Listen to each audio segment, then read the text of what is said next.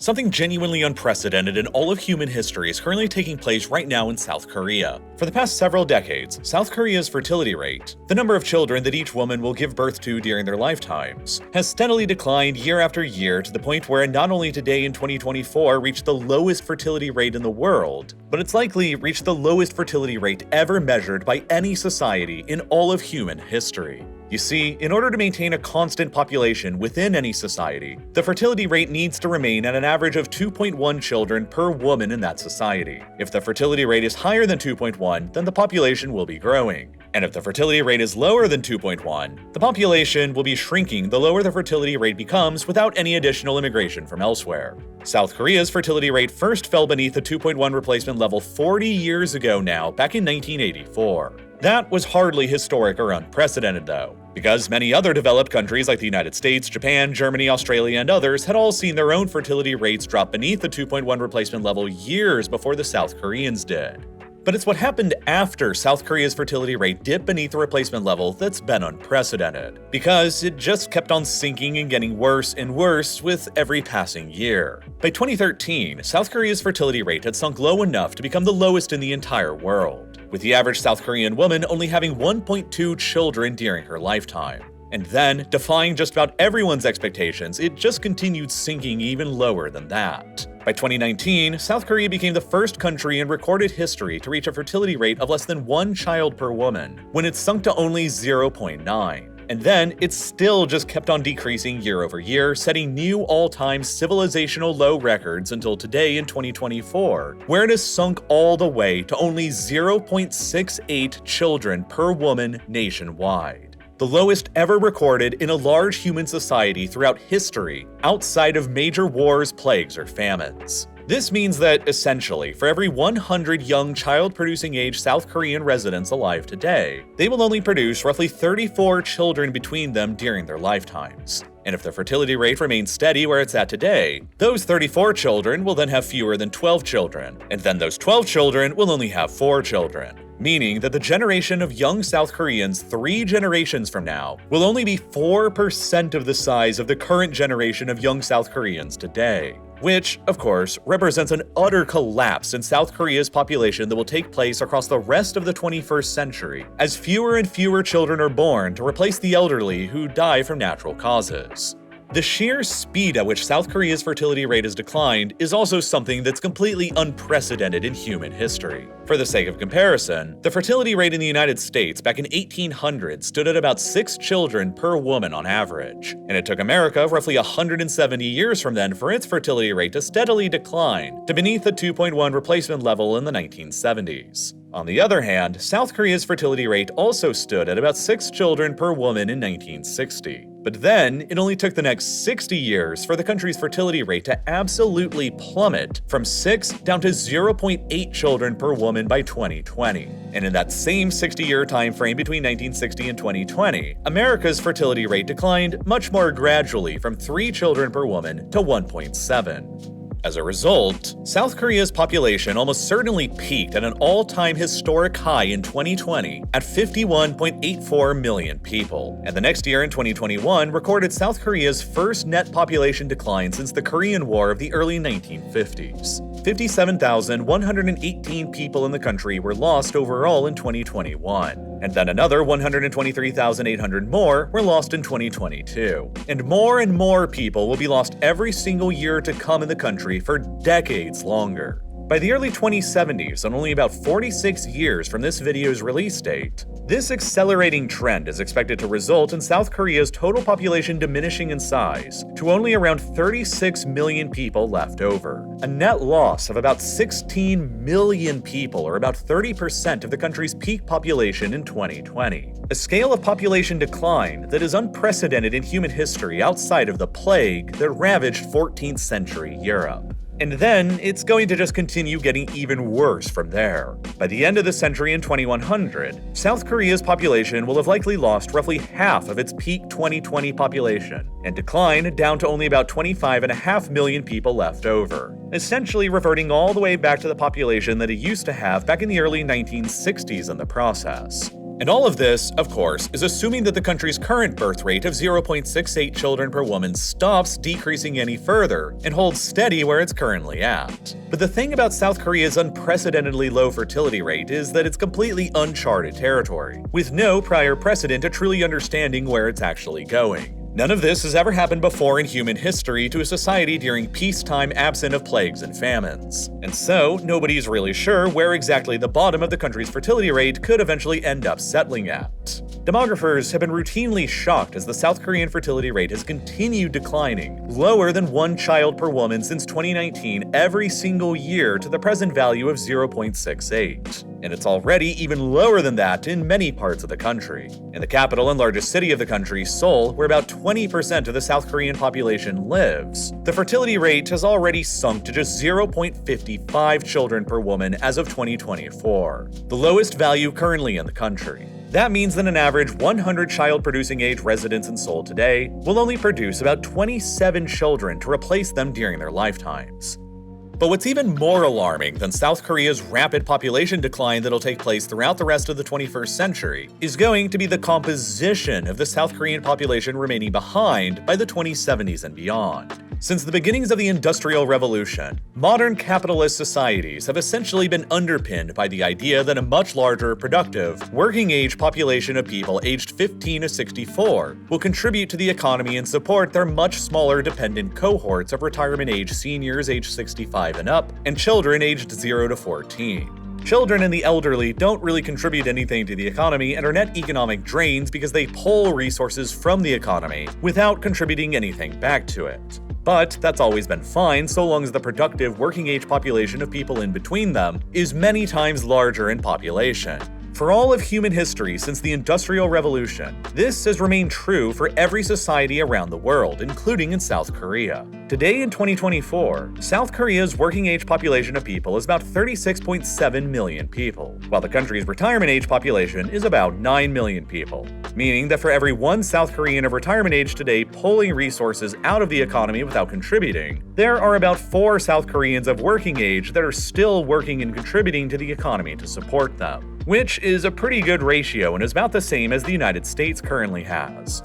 But as more and more South Koreans grow older with fewer children being born to replace them, this ratio will continue growing more and more lopsided as the median age in South Korea continues growing older. For decades throughout the 1950s, 60s, and 70s, when South Korea ranked among the poorest and the least developed countries in the world back when it was even worse off than North Korea, South Korea retained one of the youngest populations in the world. The median age of South Koreans didn't surpass 18 years old until 1972, when the median age in the United States at the same time was already 28 years. But since that time, the median age of South Koreans has risen dramatically faster than it has in the United States. Their median ages reached a point of parity in 2011, when their average citizens were each about 37 years old, and since then, the median age in the US has only increased by a single year to 38 years old in 2024. While in South Korea, the median age has soared by 8 additional years to 45 years old today, which is already the 11th highest out of large countries in the world, and it will of course get much worse with time.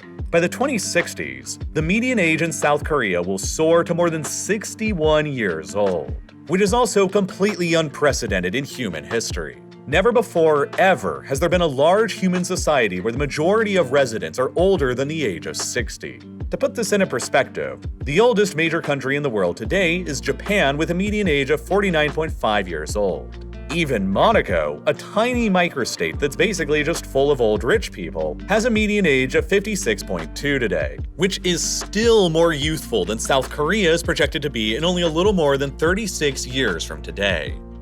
As a result of the increasing age in the country due to the decreased fertility rate, South Korea's population of seniors aged 65 and older is currently projected to reach 37% of the country's total population by 2045, which will then surpass Japan's percentage of elderly people by that point at 36.7% of their population, which means that South Korea will likely overtake Japan as the world's oldest society by then. By the early 2070s, nearly half of South Korea's remaining population will be of retirement age 65 and older, about 17.3 million senior citizens out of a country of only 36.7 million total people remaining. At the same time, South Korea's working-age population of people aged 15 to 64 by this point is projected to only be at around 16.6 million people, or only about 45% of the total population, compared to the larger 47% of the total population that'll be in retirement age. This is also something that has never before happened in human history, where the dependent, unproductive elderly population in a society will be even larger than the entire working-age productive part of society combined.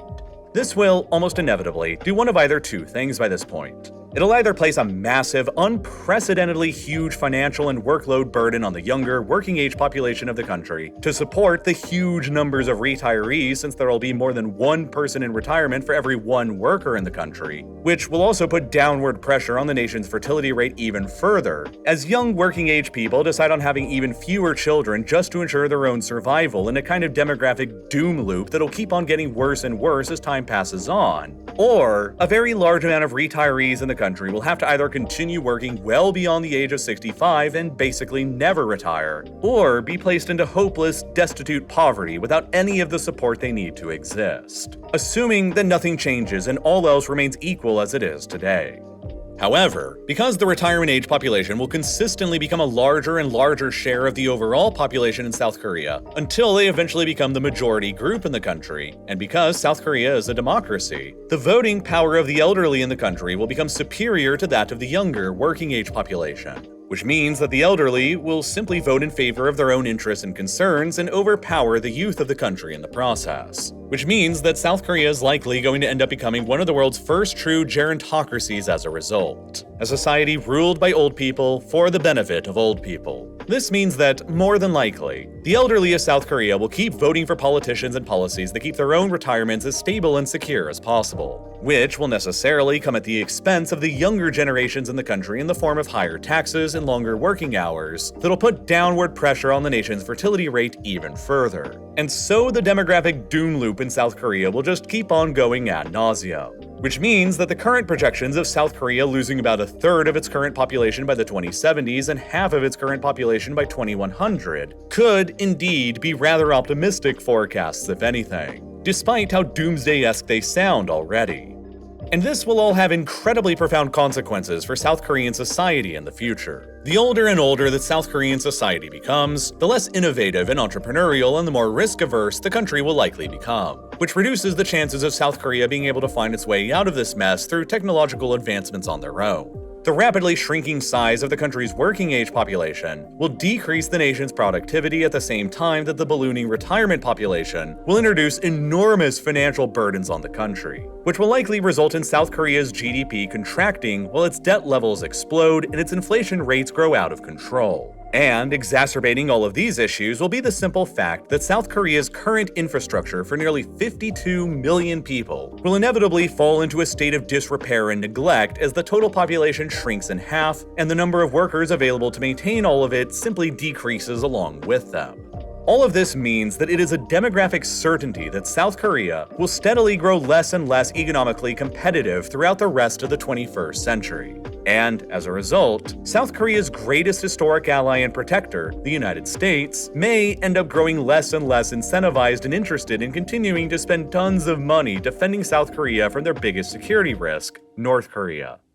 The two sides of the Korean peninsula currently have lopsided populations, with the South having roughly twice the number of overall people and twice the number of working-age people as the North has. But, due to North Korea's dramatically higher levels of militarization that conscripts all North Korean men for 10-year terms in the armed forces, and selectively conscripts some of the country's women for 5-year terms, Pyongyang controls the larger standing army of 1.3 million personnel, compared to the South's smaller standing army of only 500,000 personnel that only conscripts men for fewer than 2-year terms and doesn't conscript women at all. As of 2024, North Korea's fertility rate is also beneath the replacement level and stands at an average of about 1.8 children per woman. But that's still more than double the number of children that South Korean women are having, which means that North Korea's population will be shrinking and aging as well, but at a much, much slower rate than in South Korea. By 2070, assuming that these fertility rates remain more or less constant, North Korea's total population will only decline to about 24 million people, while South Korea's will crash down to only 30 36 million, and their working-age populations will nearly approach the point of equivalency, with 14.3 million working-age people in North Korea and only 16.6 million working-age people in South Korea. If the North maintains its policies of hyper-militarization and the South fails to adapt, and the ratios of personnel in their standing armies out of their working-age populations remains the same as today, then the North will go from having a standing army of 1.3 million personnel to 1 million, while the South will go from having a standing army of 500,000 to just 225,000. Which means the North Korea will go from having a 2.6 times advantage in manpower in their armed forces today to having a 4.4 times advantage in manpower by simply doing nothing and waiting out the next 45 years. Will the US continue to commit itself to South Korea's defense decades in the future with these kinds of lopsided manpower variables, and with South Korea's diminished ability to pay for its own defense? Only time will tell. But South Korea only has very limited options available to it at this point of escaping from this demographic catastrophe. They can try to increase their fertility rate by orders of magnitude higher than it currently is. But it's gotten to such a terminal point by now that even if the South Koreans managed to double the amount of children they're having today, they would still only have one of the bottom 10 lowest fertility rates in the world. That's not to say that the South Korean government hasn't tried encouraging their people to have more children, though, because they definitely have. Just since 2006, the South Korean government has blown around $270 billion, or about 1% of its total GDP per year, on various incentives trying to encourage its people to have more babies, including tax breaks and cash grants for new parents, offering 90 days of paid maternity leave, and even trying out state-sponsored dating programs. Despite all of these efforts and how much money they've spent on them, though, the fertility rate has still decreased by about 25% since they began, meaning they've all had virtually zero impact, and South Korea has just flushed hundreds of billions of dollars down the toilet even trying. South Korea could also do what many European countries and America have done by opening themselves up to immigration and pulling in younger working-age people from abroad to replace the workers they're losing out to age. But South Korea has virtually zero history of immigration at all and is an extremely homogeneous society. About 96% of the country's population are ethnic Koreans, and as of 2022, South Korea only had about 1.6 million total foreign-born residents, or only about 3% of their total population. By comparison, roughly 14% of America's population were born outside of the country today. South Korea currently has no possible path for any immigrants to the country to become either citizens or permanent residents unless they marry a native-born South Korean first. And in order for immigration to actually fully offset the cratering South Korean fertility rate, the country would almost certainly have to introduce roughly 10 times as many foreign workers to the country as they have currently. That will be millions of foreigners introduced to South Korea in a rapid amount of time, which is a shock that could simply prove too much for many South Koreans to approve of or want. The country can also try raising its retirement age, but this is something that's generally pretty unpopular among the people who want to retire sooner rather than later in life. South Korea already raised its retirement age from 58 to 60 in 2017, and there are already several labor unions in the country who want to raise the retirement age even further up to 64 or 65 to match up more with the retirement age in the United States. So, how did South Korea even find itself in the world's biggest demographic nightmare? Well, it's a pretty complex, multifaceted problem, but here are some of the most likely reasons why. For starters, South Korea began the process of industrialization much later than many other countries in Europe and North America did. The first half of the 20th century was a period of incredible struggle and hardship in Korea. The Japanese Empire ruthlessly colonized the peninsula for 35 years between 1910 and 1945, and dragged the Koreans into the Second World War in the process. And then, shortly afterwards, between 1950 and 1953, the peninsula was consumed by the devastating effects of the Korean War that killed millions more. After the Korean War ended in 1953, South Korea began its process of industrialization and improving living standards, and as a result, South Korea, like many other post-World War II societies, went through their own baby boom period in the later 1950s and early 60s that saw a huge increase in their population in the lower end of their population pyramid. Within only 15 years between the end of the Korean War in 1953 and 1968, the South Korean population exploded from fewer than 21 million people to well over 31 million, a nearly 50% population increase within only a single generation. In 1960, the average South Korean woman was having 6 children throughout her lifetime, and the country was still among the poorest in the entire world, with a per capita income of just about $82 per person per year, which was significantly poorer than North Korea was at the time, and was about on a par with most countries in sub-Saharan Africa. And so the South Korean government of the early 1960s became worried about the specter of overpopulation within their deeply impoverished, small, and mountainous country with little available open land and few natural resources. The government then decided to respond by rolling out a massive population control program in the early 1960s, designed to encourage South Korean women to begin having fewer children. Contraception methods were rolled out en masse, and the government set out a target of getting 45% of married couples in the country to begin using contraception, which before 1960 in pre-industrial South Korea was basically non-existent. This quickly led to a downward trend in the country's fertility rate that began in the 1960s. Then, the massive numbers of children born in the South Korean baby boom generation from about 1955 to 1974 and the lowering fertility rate all eventually resulted in South Korea's demographic dividend from about the early 1970s through the 1990s, the era where South Korea had the largest ratio of productive working-age people to elderly and children in the country's entire history, which supercharged the South Korean economy and gave it year after year of massive economic growth. As South Korea then rapidly industrialized and developed, living standards, incomes, and life expectancies all rapidly improved as well, and more rural South Koreans began abandoning the countryside for the new economic opportunities that were arising in the cities. In 1960, South Korea was overwhelmingly rural, with only about 28% of its population living in cities. But within only 40 years from then, South Korea rapidly developed from one of the world's most rural countries into one of its most urbanized ones, with about 80% of its population living in cities by 2000. But South Korea is a very mountainous place, and there isn't very much room to build very many big cities in. The country's population density is heavily concentrated within the small amounts of flatter land and valleys in between all of the gigantic mountains like Seoul and Busan. But with such limited available space for city building, cities became very densely populated and packed in together. And the same thing happened in South Korea as happened in every other country that industrialized and developed before it. People found out that in cities, having fewer children is often more economically advantageous than out on a farm in the countryside. And so, as more and more people moved into the cities, fewer and fewer of them began having larger families. And other things started happening too.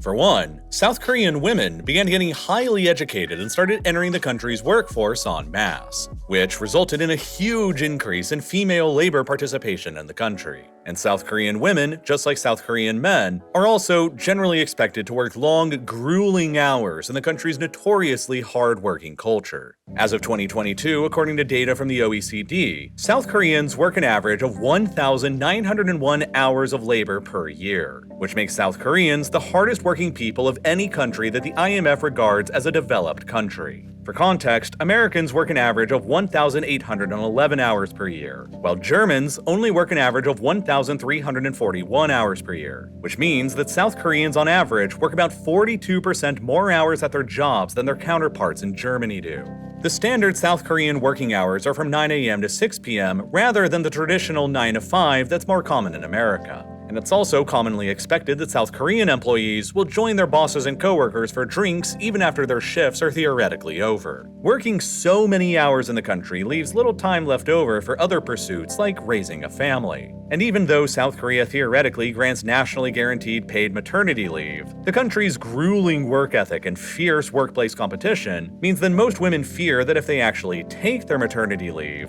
they won't be able to return back to their same jobs again afterward. They fear that their long absences will cause a lack of productivity at the workplace, which could result in them being passed up for promotions, or result in a difficult to measure but observable degree of stigma from their fellow hard-working coworkers who never took any time off.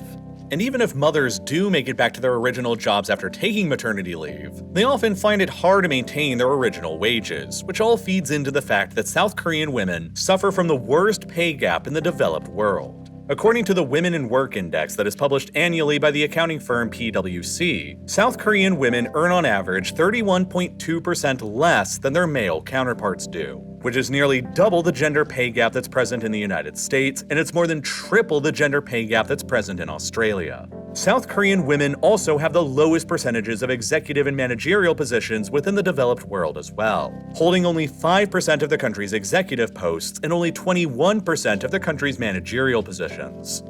Social expectations and pressures in South Korea evolved much more slowly than the economy itself did, and mothers in the country are generally expected to maintain an effectively impossible balance between managing most of the childcare themselves while also fully continuing their own hard-working careers at the same time. While their husbands are also expected to continue working long, tiring hours away from their home at the same time and are unavailable to offer very much help as a result. This, in essence, forces most women in South Korea to have to choose between having a career and becoming a mother, which leads to many women in the country choosing to prioritize their careers because of the insane cost of living in the country. South Korea has, by far, the worst housing affordability problem anywhere in the developed world today. In real estate, there is something known as the price-to-income ratio, which essentially just measures how many years it'll take the average household income in the country to afford the average priced house. In the United States, which has its own well-publicized housing affordability issues, it currently takes roughly 4 years of the average household income to afford the average house. In Canada, it takes 9.6 years, and in France, it takes 10.8 years, each with dramatically worse housing affordability issues than in the United States.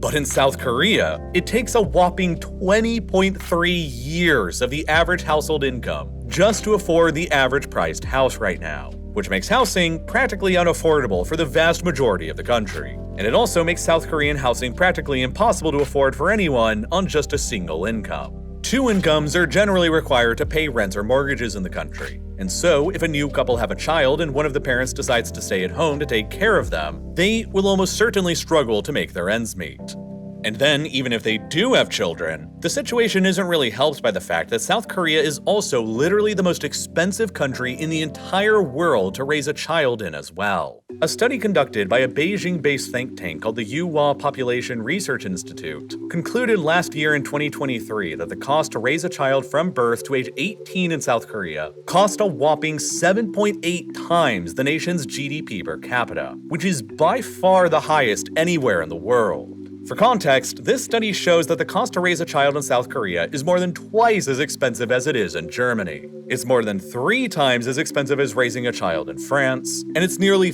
4 times as expensive as raising a child in Australia. And a very big reason why raising children in South Korea specifically is more expensive than literally anywhere else is because of the nature of how freakishly competitive South Korean society has become. You see, in order to kickstart economic development and growth in the resource-poor country back in the early 1960s, South Korea's then dictatorial government adopted a strategy of establishing a few massive megacorporations in the country, each owned by a single family dynasty that became known as chaebols. The chaebols were given hugely preferential tax treatment, generous loans, and other privileges in the country that enabled them to essentially become legally endorsed monopolies in South Korea that rapidly crushed all domestic competition. But by concentrating so much power into the hands of just a few of the chaebols in the country like Samsung, LG, Hyundai, and Kia, the chaebols grew big enough to enable them to properly compete on the global market with rival American, Japanese, and European companies. By pouring the country's resources into education, South Korea essentially set up a pipeline from birth that funnels children through school and into a job at one of the chaebols after graduation, where they'll produce high-end finished goods like electronics, semiconductors, cameras, cars, and even cutting-edge military equipment like fighter jets, self-propelled artillery, tanks, and even submarines.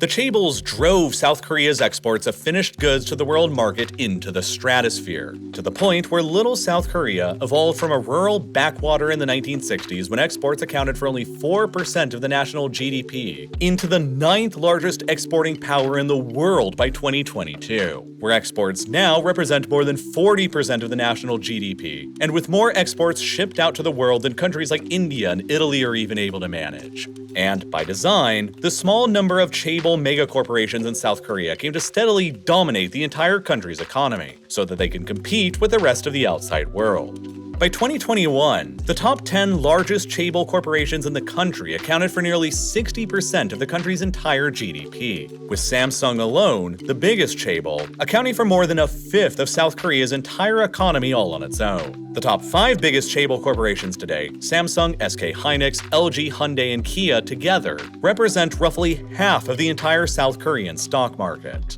a level of concentrated dominance over the country's economy and stock market that is unmatched by any other developed country in the world. By comparison, it takes the top 38 largest American companies to reach about half of the US stock market's capitalization, meaning that economic power in South Korea is far, far more concentrated in far fewer hands than it is in the United States. But while the utter dominance of the chaebols helped South Korea become a major export-driven economy and helped to lift millions of Koreans out of poverty in the process, they also created a lopsided and stupidly unequal domestic economy within South Korea itself.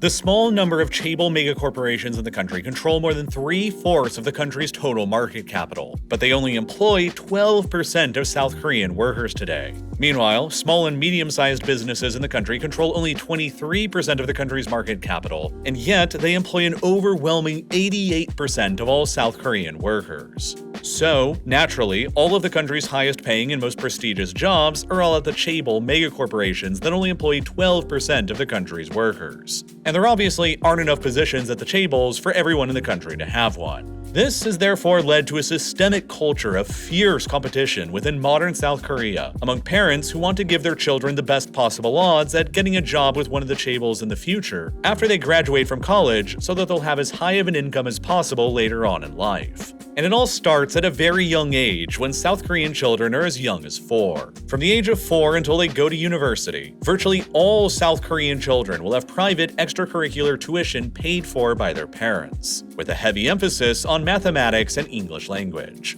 A study made in 2022 on this phenomenon in South Korea found that only 2% of parents in the country didn't pay for their children to have a private tuition, despite the fact that 94% of South Korean parents responded by saying that the heavy cost of private tuition for their children was a financial burden. The practice of sending one's children to private tuition in the country has become so ubiquitous that parents who don't send their children are often seen as irresponsible or setting up their children for failure. South Korean parents will spend up to $890 per month per child on these private tuition lessons, and that's in addition to all of the other costs associated with raising a child as well. And even if they can't afford to do it, most South Korean parents will still do it anyway because they know if they don't, their children won't stand a chance in the country's economic pipeline against all of the other children who are getting private tuition. In order to secure one of the country's few prestigious and high-paying jobs at one of the chaebols, a child's best odds will be to graduate from high school and go to one of the so-called sky universities in the country's capital,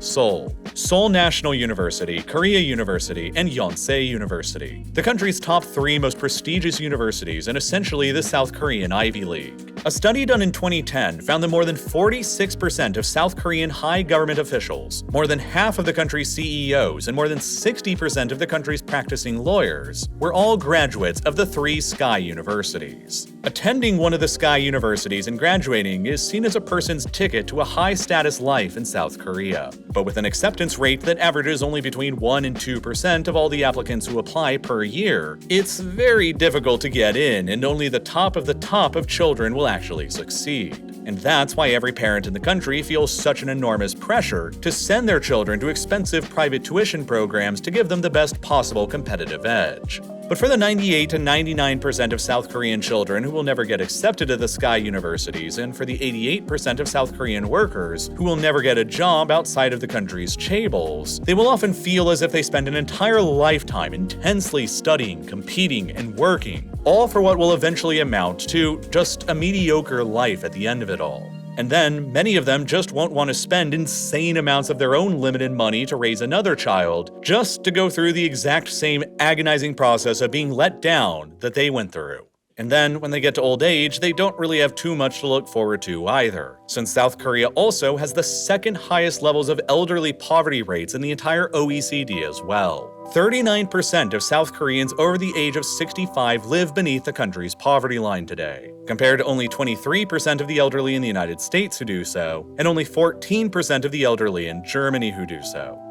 As a result of all of these numerous problems in the country related to housing and childcare affordability, men and women alike in the country have been consistently delaying the ages at which they are getting married and start having children. 4 decades ago, back in 1985, South Korean women were getting married at an average age of 24 years old. Then, within a couple of decades, by 2007, South Korean women were getting married 4 years later on average at the age of 28. And now, nearly 2 more decades after that in 2024, South Korean women are, on average, not getting married until they're 32 years old, which is among the highest ages in the world. South Korean men, meanwhile, aren't getting married on average until they're 34 years old now. And as a result, prospective couples in South Korea are having children far later in life than their historical predecessors did, because virtually no children in South Korea are born outside of wedlock today. It is still considered to be a big stigma in South Korea to have children outside of marriage. And as a result, South Korea has one of the lowest out-of-wedlock birth rates in the entire world as well, with only 2.5% of births in the country being outside of marriage as recently as 2020.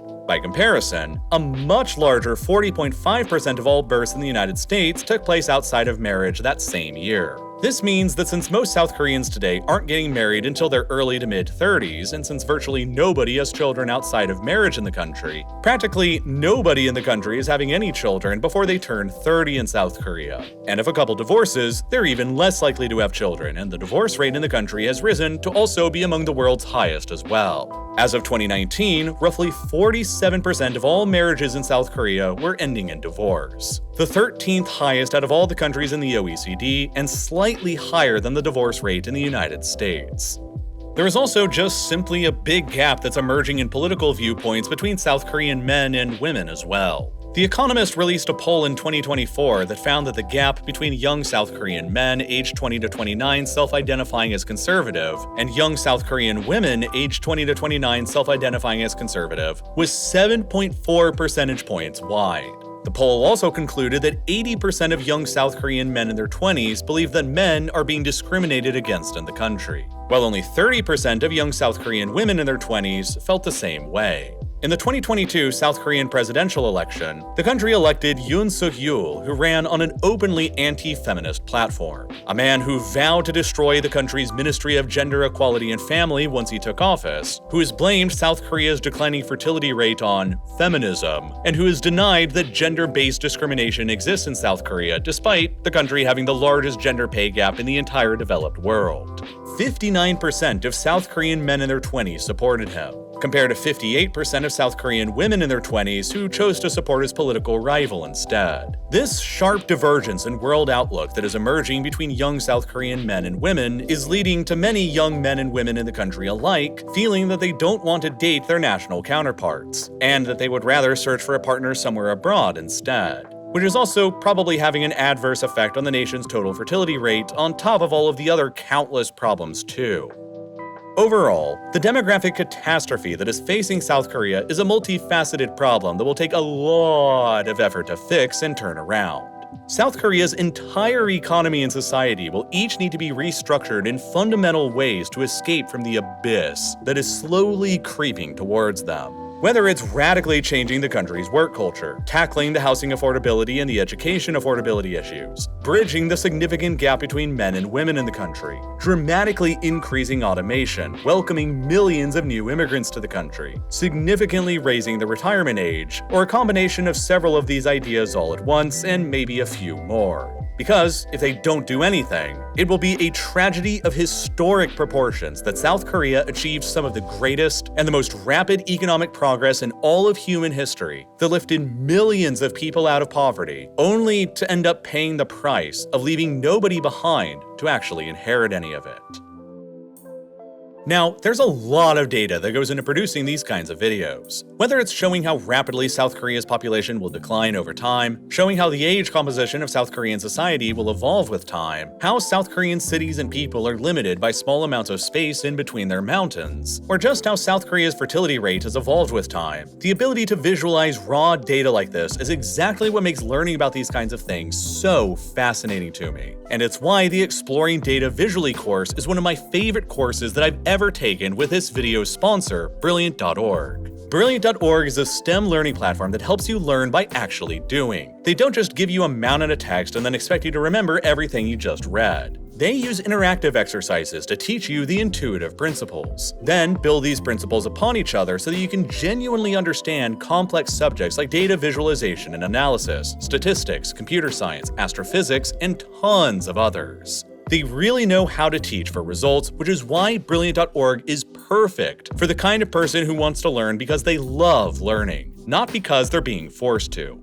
And best of all, with their mobile app and smaller bite-sized course chunks, it's really possible to fit learning on Brilliant.org into any schedule, no matter how busy your day-to-day activities are. So, if you're the type of person who loves learning new things, you can try out everything Brilliant.org has to offer for free for a full 30 days by clicking the button here on your screen right now, or by visiting Brilliant.org/reallifelore, or by clicking the link down below in the description. And best of all, you'll also get 20% off of an annual premium subscription. And as always, thank you so much for watching.